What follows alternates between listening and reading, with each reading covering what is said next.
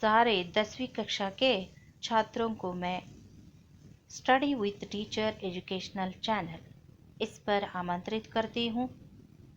आज हम लेकर आए हैं एक नया पाठ कश्मीरी से। ये तो तृतीय भाषा हिंदी के दूसरा गद्य पाठ है। तो इसको पाने के लिए आपको क्या करना है, सब्सक्राइब होना है। तो उसके लिए बेल आइकॉन पर क्लिक करना है और मेरे सभी नोटिफिकेशन पाने के लिए ऑल करके क्लिक करना है और अपने मित्रों को भी शेयर करना है ताकि वो भी इस पाठ को समझ सके, पढ़ सके। तो इस पूरे पाठ को मैं एक ही वीडियो में बताना चाहती हूँ और इस पाठ में हम पाठ के विधा, पाठ के आशय और पाठ के लेखक और उसका परिचय, नए शब्दों का अर्थ और पूरे के पूरे कहानी के बारे में जानकारी हासिल करेंगे बच्चों। उसके साथ मैं कन्नड़ में भी थोड़ा अनुवाद करूंगी, क्योंकि जो हमारे इस प्रदेश में अहिंदी क्षेत्र में हिंदी टू हिंदी में दिक्कत हो जाती है बच्चों के लिए। तो इसीलिए मैं हिंदी और कन्नड़ में दोनों भाषाओं में पाठ प्रस्तुतिकरण करूंगी। तो देखिए बच्चों, आज हमारे पाठ पढ़ने जा रहे हैं हम कश्मीरी सेब। इस पाठ के लेखक हैं मुंशी प्रेमचंद। प्रेमचंद को ये तो मुंशी गौरव सूचक पद है। तो यहाँ पर आप चित्र देख रहे हैं कि सेब, किसका सेब है ये? कश्मीर का सेब है। तो पहले हम इस पाठ को पढ़ने से पहले, कहानी को सुनने से पहले हम लेखक परिचय को देख लेंगे। तो सारे हिंदी साहित्य में बहुत ही बड़े, बहुत ही प्रसिद्ध जो लेखक, निबंधकार और उपन्यासकार और कहानीकार के रूप में अपने काम कर चुके हैं। प्रेमचंद जी का जन्म 31 जुलाई 1880 को वाराणसी के पास लमी नामक गांव में हुआ था। ಪ್ರೇಮಚಂದ್ರ ಅವರ ಜನ್ಮ ಎಲ್ಲಿ ಆಗಿತ್ತು ಮಕ್ಕಳೇ? 31 ಜುಲೈ 1880ರಲ್ಲಿ ವಾರಣಾಸಿಯ ಹತ್ತಿರ ಲಮಹಿ ಅನ್ನುವ ಒಂದು ಊರಿನಲ್ಲಿ, ಹಳ್ಳಿಯಲ್ಲಿ ಆಗಿತ್ತು। इनका वास्तविक नाम था धनपत राय। इनका वास्तविक नाम था क्या बच्चों? उनका वास्तविक नाम क्या था? धनपत राय। ಅವರ ಮೊದಲಿನ ಹೆಸರು ಏನಾಗಿತ್ತು? ವಾಸ್ತವಿಕವಾದಂಥ ಹೆಸರೇನಾಗಿತ್ತು? धनपत राय। शिक्षा विभाग में उन्होंने नौकरी करते थे। बचपन में ही प्रेमचंद मातृ प्रेम से ವಂಚಿತ रहे। ಅವರು ಯಾವ ಕ್ಷೇತ್ರದಲ್ಲಿ ನೌಕರಿಯನ್ನು ಮಾಡ್ತಾ ಇದ್ರು ಮಕ್ಕಳೇ? ಶಿಕ್ಷಣ ಕ್ಷೇತ್ರದಲ್ಲಿ। ಅವರು ಚಿಕ್ಕಂದಿನಿರುವಾಗಲೇ ಪ್ರೇಮಚಂದ್ರು ತಮ್ಮ ಮಾತೃ ಪ್ರೇಮವನ್ನು ಕಳೆದುಕೊಂಡು ಅದರಿಂದ ವಂಚಿತರಾಗಿದ್ರು ಅಂತ ನೋಡ್ಬೋದು ನಾವು। इनका जीवन गरीबी में ही गुजरा। वे मैट्रिक तक ही पढ़ गए। वे यथार्थवादी कथाकार थे। बचपन में उन्होंने अपने मातृ प्रेम को खोकर इनके जीवन गरीबी में ही बीत गया। ಬಡತನದಲ್ಲಿ ಅವರ ಜೀವನ ಮುಗಿತು। ಹೀಗಾಗಿ ಮ್ಯಾಟ್ರಿಕ್ ಅನ್ನುವ SSLC, ಈಗ ನಾವು SSLC ಅಂತ ಕರಿತೀವಿ, ಮ್ಯಾಟ್ರಿಕ್ ಅಷ್ಟೇ ಅವರ ಎಜುಕೇಷನ್, ಅವರ ಶಿಕ್ಷಣ ಮುಕ್ತಾಯಗೊಂಡಿತು। ये तो ಯಥಾರ್ಥವಾದಿ ಕಥಾಕಾರ थे। ಯಥಾರ್ಥವಾದಿ ಅಂದರೆ ಯುದ್ಧಕ್ಕೆ ಯಾವ ಸಮಾಜದಲ್ಲಿ ಏನು ಸ್ಥಿತಿಗತಿ ಇದೆಯೋ ಅದನ್ನೇ ನೋಡಿಕೊಂಡು ತಮ್ಮ ಲೇಖನದಲ್ಲಿ ಬರೆಯೋದು, तम लेखनದಲ್ಲಿ प्रस्तुतिकरणಗೊಳಿಸುವುದು। इनकी प्रमुख रचनाएं हैं। इनके 5 प्रमुख उपन्यास हैं। ये तो गोदान, सेवा सदन, गबन, निर्मला, कर्मभूमि आदि। ये तो क्या है, 5 उपन्यास है। उसके बाद इनकी कहानी है बड़े घर की बेटी, नमक का दरोगा, पंच परमेश्वर, उसकी रात। ये तो बहुत बड़ी प्रसिद्ध कहानी है। प्रेमचंद की कहानियाँ मानस सरोवर में, सरोवर नाम से संकलित है। इनके कहानी तो कहाँ पर संकलित है, मानस सरोवर नामक कविता संकलन में संग्रहित है। तो इसके बाद हम देखेंगे नए शब्द को। कुछ नए शब्द हमारे पाठ में आ चुके हैं। मेवा फरोश, पहले आप पढ़ते हैं तो आपको पाठ पढ़ते समय दिक्कत नहीं होगी, तो अर्थ अपने आप ही मालूम हो जाता है। मेवा फरोश, मेवा या ताजे फल बेचने वाला। ಸಿಹಿಯಾದ ತಾಜಾ ಹಣ್ಣುಗಳನ್ನು ಮಾರ್ತಕ್ಕಂಥವನು। नज़र, दृष्टि, निगाह। और दिखाई देना, नीम कौड़ी, नीम का फल, ಬೇವಿನ ಕಾಯಿ, ಸ್ವಾದನಿ ರುಚಿ, ಲೋಂಡಾ, छोकरा बालक, ಹುಡುಗನಿಗೆ ಲೋಂಡಾ। मोल भाव, मूल्य, बेले, कीमत, दाम, कितना। ये तो पर्यायवाची शब्द इनके बहुत हैं। मोल भाव यानी मूल्य है, कीमत है, दाम है। तराजू, तौलने का साधन, तक्कड़ी। फायदा, कायदा, नियम, रीति। गलना, किसी वस्तु का घनत्व कम होना, ಚಿಕ್ಕದಾಗುತ್ತಾ ಬರುವುದು। ಬೇದಾಗ್, ಸಾಫ್, दाग, बेदाग, ಯಾವುದೇ ಕಲೆ ಇಲ್ಲದೆ, जिसमें कोई दाग न हो। सुराख, छेद, रंध्र ಅಂತ ಕರಿತೀವಿ ನಾವು। ಬೇರ್, एक प्रकार का फल, ಒಂದು ಪ್ರಕಾರದ ಅದು ಹಣ್ಣು। ಬಾಂಪ್ಲೇನ, ಪಹಚಾನನ, ಗುರುತಿಸು। ಚೌಕಸ್, ಸಚೇತ್, ಜಾಗೃತರಾಗಿರೋದು, ಸಾವಧಾನಿಯಾಗಿರೋದು। ಕಚಹರಿ, ದಫ್ತರ್, ಆಫೀಸ್ ಅಂತ ಕರಿತೀವಿ। ಸಾಕ್, ಲೇನ್ ದೇನ್, ಸಾಕನಿ ಲೇನ್ ದೇನ್, ಕೊಡೋದು ತಗೊಳ್ಳೋದು। ಚಟಾಂಗ್, ಸೇರ್ ಕಾ 16वे ಭಾಗ್, ಒಂದು ಸೇರಿನ ಚಟಾಂಗ್, ಚಟಾಂಗನಿ ಒಂದು ಸೇರಿನ 16वे ಭಾಗ, 16 ಒಂದಾಂಶ ಅಂತ ಕರಿತೀವಲ್ಲ। एक ही भाग की एक तौल। रेवड़ी, जो तिल और चीनी से बनी मिठाई। रेवड़ी यानी ಎಳ್ಳು ಮತ್ತು ಸಕ್ಕರೆಯಿಂದ ಮಾಡಿರ್ತಕ್ಕಂಥ, ಚೀನಿ ಅಂದರೆ ಸಕ್ಕರೆಯಿಂದ ಮಾಡಿರ್ತಕ್ಕಂಥ मिठाई।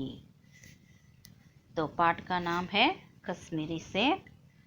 तो हम इस पाठ से यह जान लेते हैं कि इस पाठ का उद्देश्य है, इस कहानी में बाजार में लोगों के साथ होने वाली धोखेबाजी पर प्रकाश डाला गया है। इस कहानी में क्या बताया गया है लेखक जी? बाजार में लोगों के साथ, ಸಂತೆಯೊಳಗೆ, ಮಾರ್ಕೆಟ್ನಲ್ಲಿ, ಮಾರುಕಟ್ಟೆಯಲ್ಲಿ ಆಗ್ತಕ್ಕಂಥ ಒಂದು ಮೋಸದ ಮೇಲೆ ಪ್ರಕಾಶವನ್ನು ಹಾಕಿದ್ದಾರೆ, ಪ್ರಕಾಶವನ್ನು ನೀಡಿದ್ದಾರೆ। ಅಂದರೆ ಅದರ ದೃಷ್ಟಿ ಎಲ್ಲಿದೆ? ಒಂದು ಮಾರ್ಕೆಟ್ನಲ್ಲಿ ಆಗ್ತಕ್ಕಂಥ ಮೋಸದ ಮೇಲೆ। और खरीदारी करते समय सावधानी बरतने की आवश्यकता पर जोर दिया गया है। हम ಗ್ರಾಹಕರು ಖರೀದಿಯನ್ನು ಮಾಡಬೇಕಾದ್ರೆ ನಾವು ಎಚ್ಚರಿಕೆಯಿಂದ ಮಾಡಬೇಕು, ಸಾವಧಾನದಿಂದ ಮಾಡಬೇಕು ಅಂತ ಹೇಳ್ತಾ ಇದ್ದಾರೆ ಪ್ರೇಮಚಂದ್ರವರು। तो कहानी की तरफ जाएंगे हम। कल शाम को चौक में 2-4 जरूरी चीज़ें खरीदने गया था। यहाँ पर है एक शब्द है चीज़, और उसका बहुवचन रूप है चीज़ें है। इधर देखिए, तो इसका बहुवचन रूप है ಚೀಸ್। ಅವರು ಮಾರುಕಟ್ಟೆಯಲ್ಲಿ ಹೋದಾಗ ಏನಾಗಿತ್ತು, ಒಂದೆರಡು ಸಾಮಾನುಗಳನ್ನು ತರಲಿಕ್ಕೆ ಹೋಗಿದ್ರು ಅವರು ಮೊದಲೇ। पंजाबी मेवा फरोशों की दुकानें रास्ते में ही पड़ती है। पंजाबिನ मेवा फरोश यानी ताज़ा फल बेचने वाले, ಒಂದು ತಾಜಾವಾಗಿರತಕ್ಕಂಥ ಒಂದು ಹಣ್ಣುಗಳನ್ನು ಮಾರಾಟ ಮಾಡ್ತಕ್ಕಂಥ ಒಂದು ಅಂಗಡಿ ಸಿಗ್ತಾವಲ್ಲೆಲ್ಲ. एक दुकान पर बहुत अच्छे रंगदार गुलाबी सेब सजे हुए नजर आए. उनको प्रेमचंद जी को दिखने लगा. क्या दिखने लगा? एक दुकान दिखाई दिया. तो वहाँ पर क्या था? अच्छे रंगदार, अच्छे ಒಳ್ಳೆಯ रंगदार कलरफुल गुलाबी सेब सजे हुए नजर आए. ಗುಲಾಬಿ ರಂಗಿನ ಸೇಬು ಹಣ್ಣುಗಳು ಒಳ್ಳೆಯ ಸುಂದರವಾಗಿ ಅಚ್ಚುಕಟ್ಟಾಗಿ ಜೋಡಿಸಿಟ್ಟಿದ್ರು. जी ललचा उठा. जो खाने की चीज़ होती है तो देखने पर हमारे जी क्या होता है? ಲಲ್ಚಾ ಉಠ್ತಾ है. ಬಾಯಿಗೆ ನೀರು ಬರ್ತೈತೆ ಇಲ್ಲ ಯಾವುದಾದ್ರೂ ತಿಂಡಿಯನ್ನು ಅಥವಾ ಯಾವುದಾದ್ರೂ ಸ್ವಾದಿಷ್ಟವಾಗಿರ್ತಕ್ಕಂಥ ಪದಾರ್ಥವನ್ನು ನೋಡಿದ ತಕ್ಷಣ ಹಾಗೆ ಅವರಿಗೂ ತೆಗೆದುಕೊಳ್ಳುವ ಆಸೆ ಆಯಿತು. आजकल शिक्षित समाज में विटामिन और प्रोटीन की शब्दों में विचार करने की प्रवृत्ति हो गई है. तो समाज के बारे में बोल रहे हैं कवि लेखक जी. आजकल शिक्षित समाज में ಇವತ್ತಿನ ಎಲ್ಲರೂ ಶಿಕ್ಷಿತರಾಗಿ ಕೂತಿದ್ದೀವಿ ನಾವು. ವಿಟಾಮಿನ್ ಮತ್ತು ಪ್ರೋಟೀನ್ ಬಗ್ಗೆ ಭಾಳಷ್ಟು ಶಬ್ದಗಳನ್ನು ಕೇಳ್ತಾ ಇದ್ದೀವಿ, ನಮ್ಮ ಕಿವಿ ಮೇಲೆ ಬೀಳ್ತಾ ಇವೆ. तो ಟೊಮೆಟೊ को पहले कोई भी नहीं न पूछता था. ಮೊದಲು ಟೊಮೆಟೊವನ್ನು ಯಾರೂ ಕೇಳ್ತಾ ಇರಲಿಲ್ಲ. अब ಟೊಮೆಟೊ ಭೋಜನ का आवश्यक अंग बन गया है. ಇವತ್ತಿನ ದಿವಸ ಏನಾಗಿದೆ, ಟೊಮೆಟೊ ಒಂದು ಭೋಜನದ ಅವಶ್ಯಕ ಅಂಗವಾಗಿ ಬಿಟ್ಟೈತಿ. ಅದೇ ರೀತಿ गाजर भी पहले गरीबों को पेट भरने की चीज़ थी. ಗಜ್ರಿನೂ ಸಹಿತ ಮೊದಲು ಬಡವರ ಒಂದು ಹೊಟ್ಟೆಯನ್ನು ತುಂಬುತ್ತಾ ಇತ್ತು. अमीर लोग तो उसका हलवा ही खाते थे. अमीर लोग क्या करते थे? उसका हलवा बनाकर, तो चीनी डालकर हलवा बनाते थे और उसको खाते थे. ಬಡವರು ಏನು ತಿಂತಾ ಇದ್ರು? ನೆಲದಲ್ಲಿರ್ತಕ್ಕಂಥ ಗಜ್ರಿಯನ್ನು ತೆಗೆದುಕೊಂಡು ರೈತರಾಗಿರ್ಬೋದು, ಬಡವರಾಗಿರ್ಬೋದು ತಿಂದು ಹೊಟ್ಟೆ ತುಂಬಿಕೊಳ್ತಾ ಇದ್ರು. ಆದರೆ ಶ್ರೀಮಂತರು ಏನು ಮಾಡ್ತಾಯಿದ್ರು? ಅದೇ ಗಜ್ರಿಯನ್ನು ತಂದು ಹೆರೆದು ಅದಕ್ಕೆ ಸಕ್ಕರೆಯನ್ನು ಹಾಕಿ ಆಮೇಲೆ ಹಲ್ವಾ ಮಾಡ್ಕೊಂಡು ತಿಂತಿದ್ರು. ಮಗರ ಪತಾ ಚಲಾ ಕಿ ಕ್ಯಾ ಪತಾ ಚಲಾ गाजर में भी बहुत ವಿಟಮಿನ್ है. ಆದರೆ ಇವತ್ತಿಗೆ ಈಗ ಗೊತ್ತಾಗೈತೆ ನಮಗೆ ಏನಂತಂದ್ರೆ ಗಜ್ರಿ ಒಳಗೂ ಸಹಿತ ಏನಿದೆ? ವಿಟಮಿನ್ ಇದೆ ಅಂತ. इसीलिए गाजर को भी मेजों पर स्थान मिलने लगा. ನಾವು ಹೆಂಗಿದೀವಪ್ಪ ಅಂತಂದ್ರೆ ಯಾವುದ್ರೊಳಗೆ ವಿಟಮಿನ್ ಐತಿ, ಯಾವುದ್ರೊಳಗೆ ಪ್ರೋಟೀನ್ ಐತಿ ಅದನ್ನು ಕಂಡು ಹಿಡಿದು ನಂತರ ತಿನ್ನಕ್ಕೆ ಸ್ಟಾರ್ಟ್ ಮಾಡವ್ರ. ಅದಕ್ಕೊಂದು ಟೇಬಲ್ ಮ್ಯಾಗ ಪ್ಲೇಸ್ ಕೊಡೋರ. ಆ ರೀತಿ ಆಗೈತೆ ನಮ್ಮ ಶಿಕ್ಷಿತರ ಪರಿಸ್ಥಿತಿ. सेब के विषय में तो यह कहा जाने लगा कि एक सेब रोज खाइए. सेब के विषय में विषय में तो यह कहा जाने लगा कि एक सेब रोज खाइए. ದಿನಾಲು ಸೇಬು ಹಣ್ಣಿನ ಬಗ್ಗೆ ಈ ರೀತಿ ಹೇಳಲಾಗ್ತಿದೆಯಲ್ಲ, ಇತ್ತೀಚಲಾಗಿ ದಿನಾಲು ಒಂದು ಸೇಬು ಹಣ್ಣನ್ನು ತಿಂದರೆ ಯಾರ ಅವಶ್ಯಕತೆ ಬರಂಗಿಲ್ಲ ಮಕ್ಕಳೇ? ಡಾಕ್ಟರ್ ಅವಶ್ಯಕತೆ ಇಲ್ಲ. ಅಂದರೆ ಸೇಬು ಹಣ್ಣನ್ನೇ ನಮಗೆ ಡಾಕ್ಟರ್. सेब तो डॉक्टर से बचने के लिए हम नीम कौड़ी तक खाने के लिए तैयार हो सकते हैं. ಹಾಗಾದರೆ ನಾವು ಡಾಕ್ಟರ್ದಿಂದ ದೂರ ಇರಬೇಕಾದ್ರೆ, ಡಾಕ್ಟರ್ ಕಡೆ ಹೋಗಬಾರ್ದಾದ್ರೆ ನಾವೇನು ತಿನ್ನೋಕ್ಕೂ ರೆಡಿ ಇದ್ದೇವೆ? ನೀಮ್ ಕೌಡಿ, ಬೇವಿನ ಕಾಯಿ, ಬೇವಿನ ತಪ್ಪಲು ತಿನ್ನಲಿಕ್ಕೆ ರೆಡಿ ಇದ್ದೀವಿ. ಇಲ್ಲಿ ನೋಡಿ ಮಕ್ಕಳೇ, ಏನಿವ ಬೇವಿನ ಕಾಯಿ ಇವತ್ತೂ ತಿಂದು ನಮ್ಮ ರೋಗನ ಅಥವಾ ನಮ್ಮ ಅಜಾರಿಯನ್ನು ಕಡಿಮೆ ಮಾಡ್ಕೋತೀವಿ. तो हमको क्या खाने के लिए तैयार हो जाते हैं? हम नीम कौड़ी तक खाने के लिए तैयार हो जाते हैं. सेब तो रस और स्वाद में अगर आम से बढ़कर नहीं है तो घटकर भी नहीं.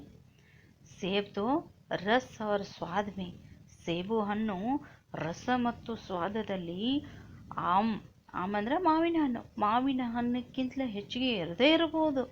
ಆದರೆ ಇದು ಘಟಕರ್ भी नहीं, ಅದಕ್ಕಿಂತಲೇ ಕೆಳಗೇನೂ ಅಲ್ಲ. सेब को यह क्या है? आम है बच्चों. तो इनसे बढ़कर भी नहीं हमारे सेब और घटकर भी नहीं. तो इसीलिए सेब को यह स्थान मिल चुका है। अब वह केवल स्वाद की चीज नहीं है, उसमें गुण भी है। ಅದರೊಳಗೆ ಸ್ವಾದದಷ್ಟ ಚೀಸ್ ಇಲ್ಲದ ವಸ್ತು ಅಲ್ಲ, ಅದರಲ್ಲಿ ಏನಿದೆ, ಗುಣನೂ ಇದೆ। हमने दुकानदार से मोल भाव किया और आध सेब मांगे। ಲೇಖಕರು ಏನು ಮಾಡ್ತಾರೆ, ಎಲ್ಲ ಮೋಲ್ ಭಾವ್ಕಿ ಬೆಲೆಯನ್ನು ನಿರ್ಧಾರ ಮಾಡಿ ಅವನಿಂದಾಗಿ ಅರ್ಧ ಸೇರಿನಷ್ಟು ಏನು ತೆಗೆದುಕೊಳ್ತಾರೋ ಸೇಬನ್ನು ತೆಗೆದುಕೊಳ್ತಾರೆ। दुकानदार ने कहा, बाबूजी बड़े मज़ेदार सेब आए हैं, कश्मीरी के हैं, आप ले जाए, खाकर तबीयत खुश हो जाएगी। कितने कैसे कहा दुकानदार ने? बाबूजी, क्या बोलता है, बाबूजी बड़े मज़ेदार सेब हैं, बहुत ಚಂದ ಅದಾವ್ರಿ, ಭಾಳ ಮಜೆದಾರ್ ಅದಾವ್ರಿ ಅಂತ ಹೇಳಿದ। ಕಾಶ್ಮೀರಕ್ಕೆ ಎಲ್ಲಿಯೂ ಬಂದವ, ಕಾಶ್ಮೀರದಿಂದ ಬಂದಿದಾವ್ರಿ। ಆಪ್ ಲೇ ಜಾಯ್, ನೀವು ತೆಗೆದುಕೊಂಡು ಹೋಗ್ರಿ, ಖಾಸ್ಕರ್ ತಬಿಯತ್ ಖುಷ್ ಹೋ ಜಾಯೇಗಿ, ಅದನ್ನೇನು ಮಾಡ್ರಿ, ಖುಷ್ ಹೋ ಜಾಯೇಗಿ। ನಿಮ್ಮ ಸೇಬುವನ್ನು ತಿಂದ್ರೆ ನಿಮ್ಮ ಆರೋಗ್ಯ ಭಾಳಷ್ಟು, ನಿಮ್ಮ ತಬಿಯತ್ ಅಂದ್ರೆ ಆರೋಗ್ಯ, ನಿಮ್ಮ ಆರೋಗ್ಯ ಇನ್ನಷ್ಟು ಖುಷಿಯಾಗಿರ್ತೈತಿ, ನೀವು ಸುಖವಾಗಿರ್ತೀರಿ, ಆರಾಮಿರ್ತೀರಿ, ಆರೋಗ್ಯವಂತರಾಗಿರ್ತೀರಿ ಅಂತ ಹೇಳ್ದ। मैंने रुमाल निकाल कर उसे देते हुए कहा, चुन चुन कर रखना। ಅವ್ರು ಏನು ಮಾಡ್ತಾರೆ, ಅಷ್ಟು ಕೇಳಿದ ತಕ್ಷಣ ತಬಿಯತ್ ಹಂಗಿರ್ತೈತಿ, ಆರೋಗ್ಯ ಹಿಂಗಿರ್ತೈತಿ ಎಲ್ಲೋ ಕೇಳಿರಲ್ಲ, ಅದಕ್ಕಾಗಿ ತಮ್ಮ ಕಿಸೆಯಲ್ಲಿ ಇರ್ತಕ್ಕಂಥ ರುಮಾಲನ್ನು ತೆಗೆದು ಅವ್ನು ಕೊಟ್ಟು ಬಿಡ್ತಾರೆ। तो आगे क्या होता है, दुकानदार ने तराजू उठाई। दुकानदार क्या करता है, तराजू उठाता है, अपने नौकर से बोला सुनो, आज शेर कश्मीरी सेब निकालना, चुन चुन चुन कर लाना। दुकानदार ने क्या कहा अपने वो नौकर से, ಅರ್ಧ ಸೇರಿನಷ್ಟು ಕಾಶ್ಮೀರಿ ಸೇಬಿ ತಗೊಂಡು ಬಾ, ಮತ್ತು ಚುನ್ಕರ್ ಎಲ್ಲ ಆರಿಸ್ಕೊಂಡು ಬಾನ ಅಂತ ಹೇಳಿದ। लौंडा 4 सेब लाया, वो चुन चुन कर क्या किया, बालक, लौंडा नहीं बालक, नौकर बालक जो था वो क्या करता है, 4 सेब लाया, 4 ಸೇಬು ಹಣ್ಣುಗಳನ್ನು ತೆಗೆದುಕೊಂಡು ಬಂದ ಅವನು ಬಿಡಲಿಲ್ಲ। ಮತ್ತು दुकानदार ने तौला, एक लिफाफे में उन्हें रखा और रुमाल में बांधकर मुझे दे दिया। उन्होंने क्या किया, नौकरदार से दुकानदार ने ले लिया, तूका ಮಾಡಿದ, तौला, एक लिफाफे में उन्हें रखा, ತೆಗೆದುಕೊಂಡ, ತೂಕ ಮಾಡಿದ, ಆನಂತರ ಕಾಗದದೊಳಗೆ ಕಟ್ಟಿದ, ಅವ್ರ ರುಮಾಲದೊಳಗೆ ಅವ್ರು ಏನು ಕೊಟ್ಟಿದ್ರಲ್ಲ ರುಮಾಲ್, ಅದರೊಳಗೆ ಕಟ್ಟಿ ಅವ್ರದವ್ರಿಗೆ ವಾಪಸ್ उनके हाथ में रख दिया, ಅವ್ರ ಕೈಯಲ್ಲಿ ಇಟ್ಟ। घर आकर लिफाफा जो का त्यों रख दिया।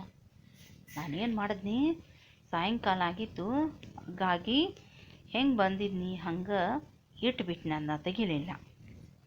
क्योंकि क्यों ऐसे ही रख दिया उन्होंने, रात को सेब या कोई दूसरा फल खाने का फायदा नहीं है।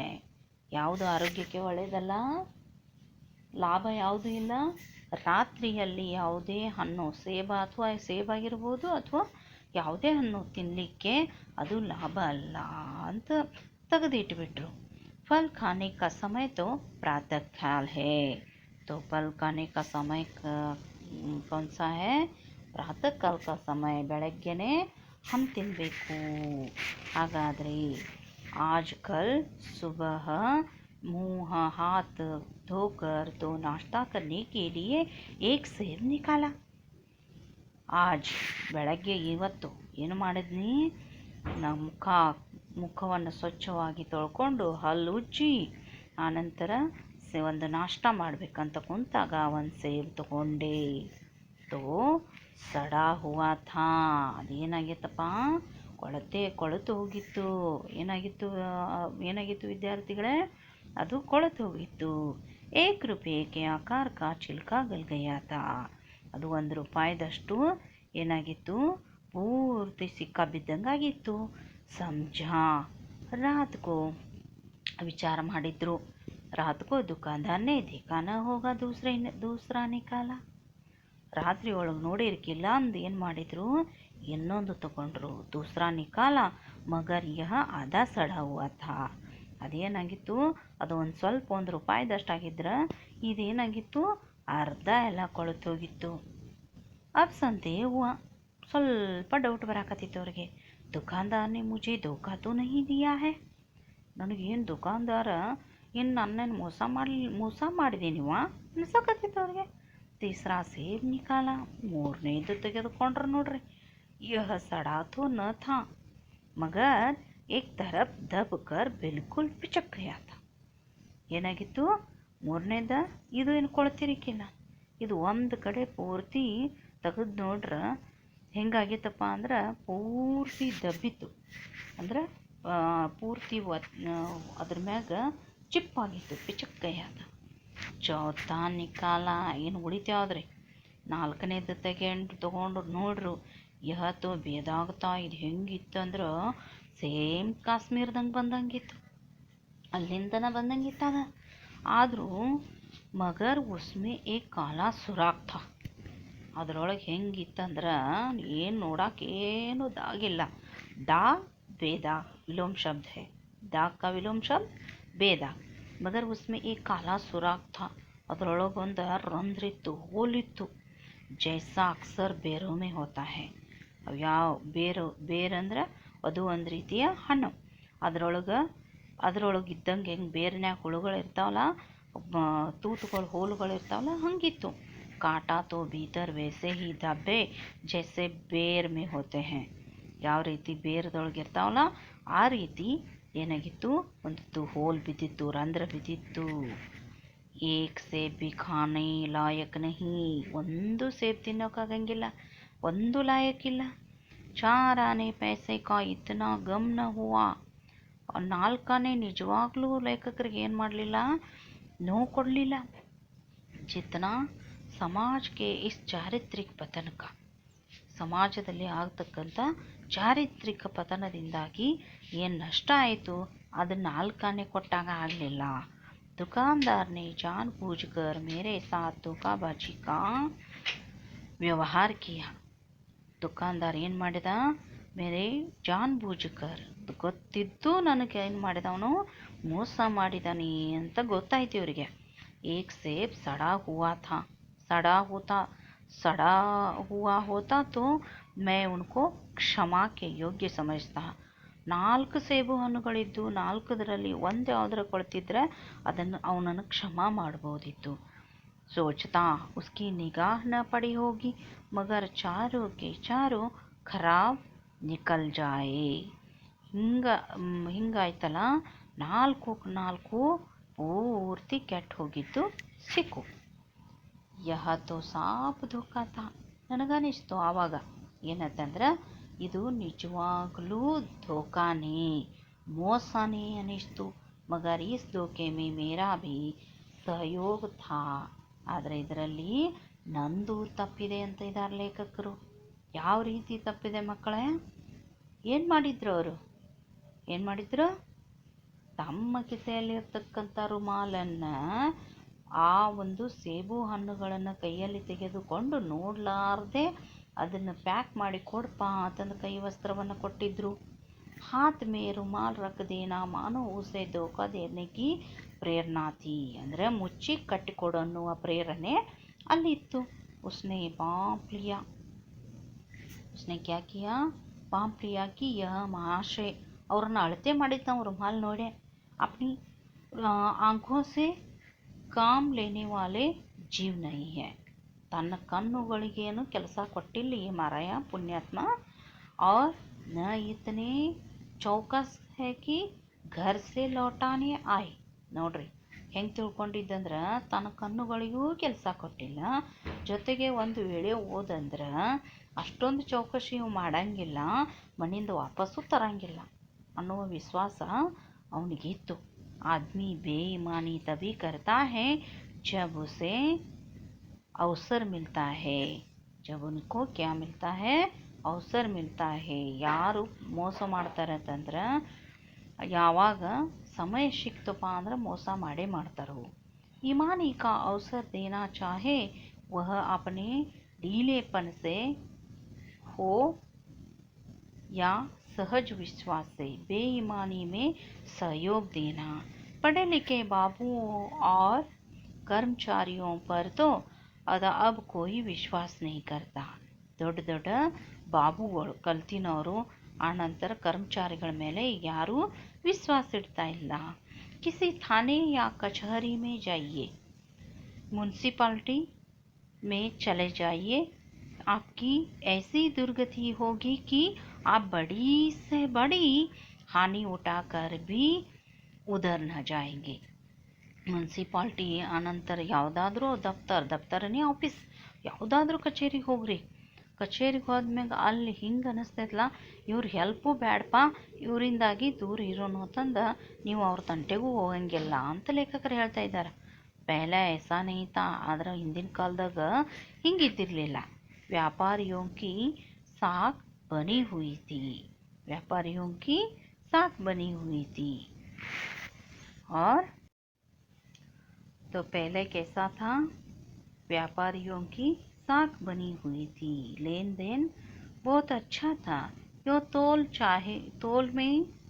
तौल में चाहे छटांग आध छटांग कस ले, लेकिन आप उन्हें 5 की जगह भूल से 10 के नोट दे आते तो भी आपको घबराने की कोई ज़रूरत न थी।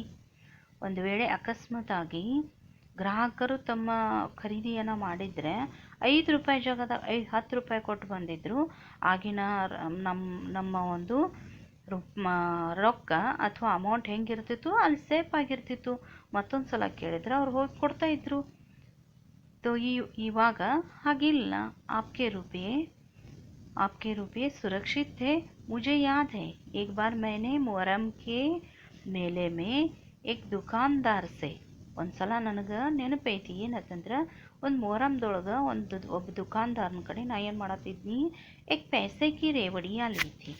ಒಂದು पैसेಯ ಒಂದು रेवड़ियाँ ಅಂದರೆ आप नए शब्द में देख चुके हैं कि तिल और चीनी से बने, ಎಳ್ಳು ಮತ್ತು ಸಕ್ಕರೆಯಿಂದ ಮಾಡಿರ್ತಕ್ಕಂಥ ಒಂದು ಮಿಠಾಯಿ।